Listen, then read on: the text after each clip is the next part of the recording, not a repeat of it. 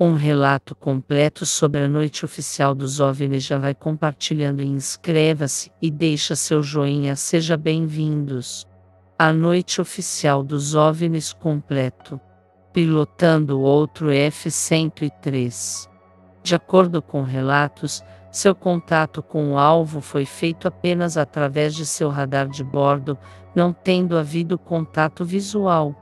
O que mais surpreendeu o piloto foi a incrível velocidade do alvo e seu repentino desaparecimento.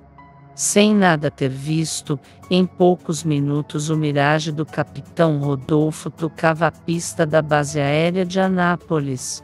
Após o pouso, fiz um contato telefônico com o meu controlador para o debriefing rotineiro da missão.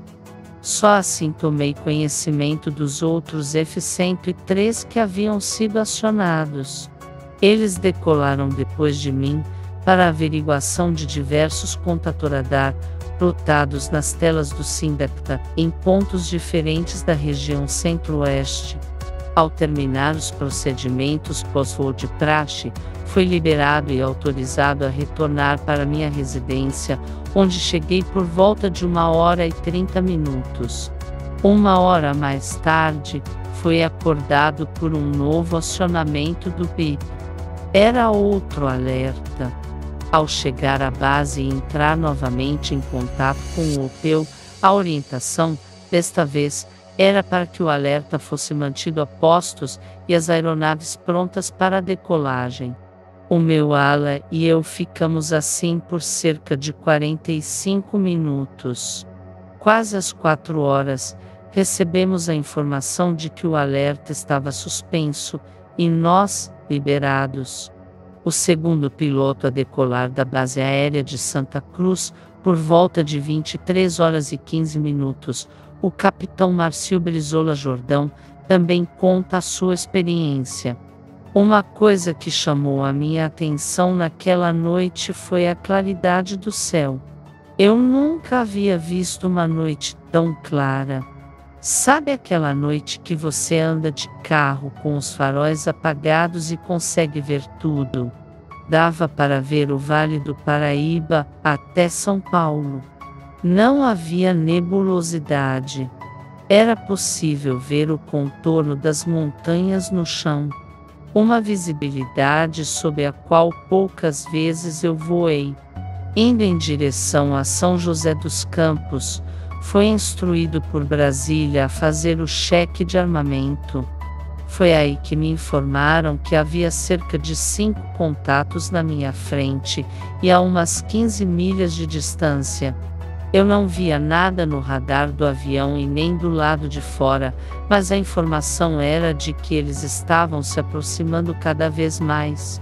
10 milhas, 5 milhas, 3 milhas, e eu pensando que não era possível, em uma noite daquelas, eu não estar enxergando tal contato. O controlador então informou ao piloto do F-5.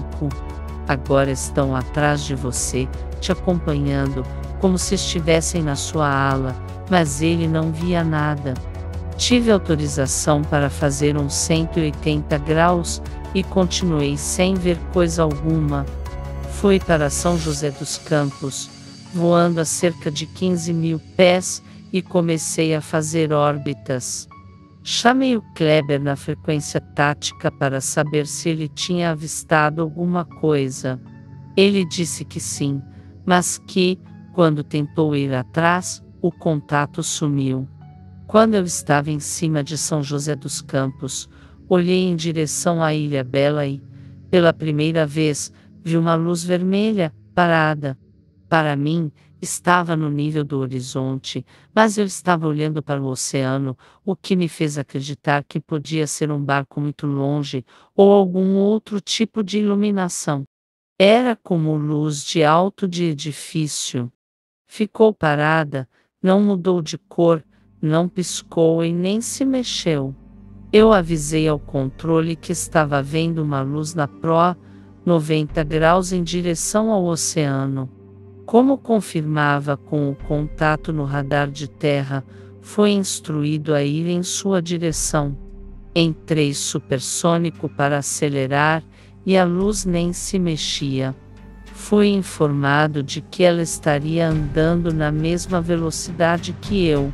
Fui mantendo esta navegação até dar o meu combustível mínimo e tive que voltar. Para mim, que decolei com uma expectativa dada por Brasília, foi a maior frustração da minha vida. A luz que vi podia ser um barco no horizonte ou, quem sabe, ser mesmo alguma outra coisa, mas é leviano chegar a qualquer conclusão. Em Anápolis, um quinto piloto ainda participou da missão de interceptação, o então capitão aviador Júlio César Rosenberg, na época com 1.900 horas de voo em caças, sendo 550 em Mirage. Era um dia normal no primeiro grupo de defesa aérea, até a hora em que o meu bip tocou de madrugada. O alerta havia sido acionado. Eu estava dormindo e levantei sem nem saber que horas eram. Faz parte da rotina. Eu me vesti no caminho da base e fiquei me questionando se aquilo seria apenas mais um teste. Eu esperava voar. Afinal, não há nada mais chato do que ir para o lugar do alerta, abastecer e ser dispensado. Toda a missão da defesa aérea é real até ser cancelada, então vesti o traje o colete e o mecânico confirmou a aeronave pronta.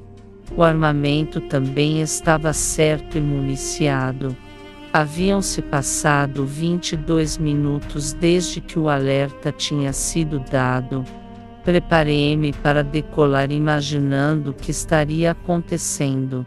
Pela proximidade com Brasília, imaginei que estivesse atrás de algum voo comercial, mas, se fosse, eu teria avistado as luzes anti-colisão. Fui seguindo todos os comandos do controlador. A noite estava linda, com a visibilidade ilimitada. Era possível ver tudo lá embaixo, desde as cidades até os faróis dos carros. Fui instruído a elevar a minha altitude. Verifiquei mais uma vez o radar de bordo e desci um pouco a varredura da antena. Continuei acompanhando o radar de bordo e buscando algo no visual. A nossa distância, informada pelo controlador, era de apenas 3 milhas e eu continuava sem enxergar nada. Imaginei que eram os F-5 do grupo de caça, vindo atacar a base em missão de treinamento. Pedi para o controlador me aproximar ainda mais até confundir os plots, com minha chegada vindo por trás. Achei que o contato iria, finalmente, acender as luzes, afinal, eles deveriam estar ouvindo a interceptação pelos canais da defesa aérea. O controle anunciou 1 milha na proa, mas eu não tinha nada no radar e nem no visual. O meu voo durou cerca de 30 minutos e, depois das tentativas de busca, regressei à base, sem fazer qualquer tipo de contato.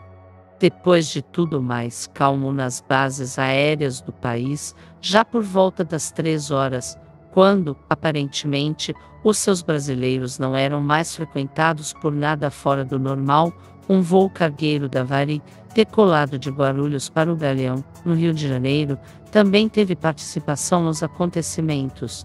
O comandante do Boeing 707 cargueiro, Geraldo Souza Pinto, o copiloto Nivaldo Barbosa e o engenheiro de bordo Gunzel e o então capitão aviador Oscar Machado Júnior, à época servindo no 2º/2 grau G de instrução de voo equipamento 707, não faziam ideia do que estava acontecendo. Quando cruzávamos cerca de 12.000 pés de altitude, o Sindacta nos chamou no rádio e pediu para que confirmássemos se víamos algum tráfego na posição de 11 horas. É normal que isto ocorra, mas estranho foi quando, após respondermos negativamente, ele ter dito: para sua informação, trata-se de um OVNI, objeto voador não identificado, relata o comandante. Olhamos um para o outro, imaginando que não havíamos entendido direito o que viera pelo rádio e pedimos para que a informação fosse repetida. O controle confirmou a informação e ainda disse que, desde aproximadamente as 22 horas daquela noite, estavam aparecendo objetos não identificados, como plots no radar. Foi aí que soubemos que, mais cedo, a Força Aérea já havia sido ativada. Nessa hora confesso que senti uma emoção indescritível. Perguntamos se o contato estava no radar deles, e a resposta foi positiva. O controlador nos disse que a sua posição naquele momento era de 11 horas em relação à nossa aeronave e pediu para que tentássemos avistá-lo. Foi nesta hora que eu o vi. Uma luz muito forte brilhou, como um farol branco. A emoção que eu tenho até hoje se confunde com a certeza de que ele estava acompanhando a nossa fonia. No mesmo momento em que nos perguntaram se estávamos avistando o tráfego e eu respondi que não, ele piscou, como quem diz, estou aqui. Os tripulantes do Boeing abaixaram as luzes de dentro da cabine, acenderam os faróis externos buscando visualmente o contato. Éramos 4 tripulantes no cockpit escuro de um avião cargueiro, buscando seus ávidos de encontrar uma explicação sobre aquilo que tanto se aproximava do nosso 707. De repente, eu olhei para o Nivaldo e parei na expressão dele, como se ele quisesse me mostrar alguma coisa. Ele disse que algo tinha se deslocado deixando um rastro luminoso, mas poderia ser um meteorito, o que seria muito comum. O controlador nos avisou, então, que o alvo havia se deslocado em alta velocidade para a nossa direita, atingindo, em fração de segundos, uma velocidade incrível, algo acima de Mach 5. Um ser humano não aguentaria uma aceleração dessas. Ele morreria com tal deslocamento. O objeto, nesta hora, desapareceu para o lado direito, e depois voltou exatamente para a proa do avião, já em uma distância menor, segundo o piloto. Nós estávamos a umas 30 milhas dele. A impressão que dava era de que o contato estava se deslocando em baixa velocidade, e nós é que estávamos nos aproximando dele. A aproximação continuou. O radar ia nos avisando as distâncias, 15 milhas, 10, 5. Na melhor das hipóteses entraríamos para a história. Brinca o comandante Souza Pinto. Mas eu olhava e não via mais nada. Aí o controlador falou, 3 milhas, 2, uma vari, o tráfego está se fundindo com o plot do seu avião. Nós olhávamos para cima, para baixo e não víamos nada. O controle nos informou, então, que o alvo estava passando para trás da aeronave, mas começou a ter muita interferência no solo e o radar o perdeu de vista. Nós não tínhamos noção da altura do tráfego, pois os radares dos aviões comerciais são meteorológicos e, diferente dos caças, têm muita dificuldade de captar outra aeronave. Eles não são feitos para isso. O controlador também não podia saber a altura do objeto, já que, sem transponder tudo o que ele vê é a dimensão única do radar, sem diferença de altitude. O objeto estava próximo de Santa Cruz e a nossa distância era em torno das 90 milhas. O que eu posso dizer é que ele estava, visualmente, a uns 20 graus mais alto do que nós. Atingimos nossa altitude de cruzeiro de 23 mil pés, e durante todo o voo o controlador foi nos informando sobre a aproximação. Passou para 60 milhas, depois 50, o tempo todo na nossa proa. Chegou-se a levantar a hipótese de ser um engano e até idiotices foram ditas, como os pilotos terem perseguido reflexos e até mesmo o planeta Vênus. É bom lembrar que os objetos ficaram registrados em diferentes radares, totalizando mais de 50 radares, sobretudo nos radares internos dos caças, e que os pilotos são treinados. Além disso, o tempo estava bom e limpo, sem nuvens, e planetas irreflesos não aparecem em radar. Levantou-se a hipótese de falhas nos instrumentos. Porém, considerando que mais de 50 radares registraram a mesma coisa, então uma falha dessas proporções é algo ainda mais bizarro que UFOs voando pelo céu.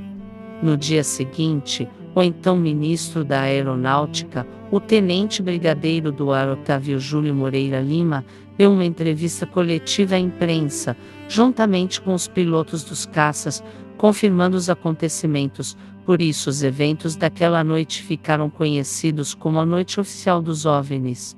Em 25 de setembro de 2009 foi divulgado o relatório oficial da Força Aérea Brasileira sobre o caso, que diz: como conclusão dos fatos constantes observados em quase todas as apresentações, este comando é de parecer que os fenômenos são sólidos e refletem de certa forma inteligência, pela capacidade de acompanhar e manter distância dos observadores, como também voar em formação, não forçosamente tripulados.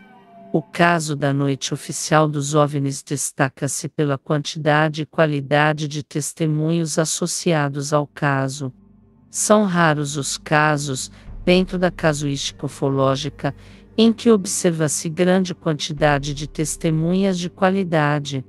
Link sobre o caso, exibido no programa Fantástico da Rede Globo de televisão em 25 de maio de 1986. A Noite dos OVNIs no Brasil. Universo OVNI e Mistério agradece pela visita. Volte sempre.